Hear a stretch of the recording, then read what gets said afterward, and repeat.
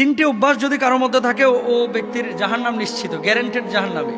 তিনটা অভ্যাস যদি কোনো মানুষের মধ্যে থাকে, ও ব্যক্তির জাহান্নাম গ্যারান্টেড, ও জাহান্নামে যাবে কনফার্ম, এক বিনা হিসাবে জাহান্নাম, জান্নাতে না।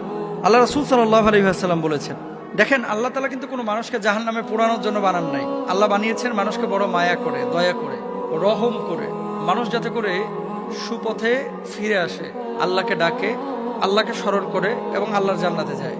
কোনো মানুষকে আল্লাহ তাআলা ইচ্ছাকৃতভাবে জাহান্নামে জ্বালাবেন না, এটা আল্লাহ তাআলার বৈশিষ্ট্য না।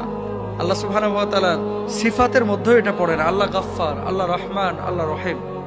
কিন্তু এমন কিছু কাজ আছে যে কাজগুলোকে আল্লাহ অত্যন্ত অপছন্দ করেন, নবী অপছন্দ করেন, কিন্তু এই কাজগুলো মানুষ অহরহ করছে। এই কাজগুলো করার কারণে মানুষ নিজের আশ্রয়স্থলটাকে জাহান্নামে বানিয়ে নিচ্ছে।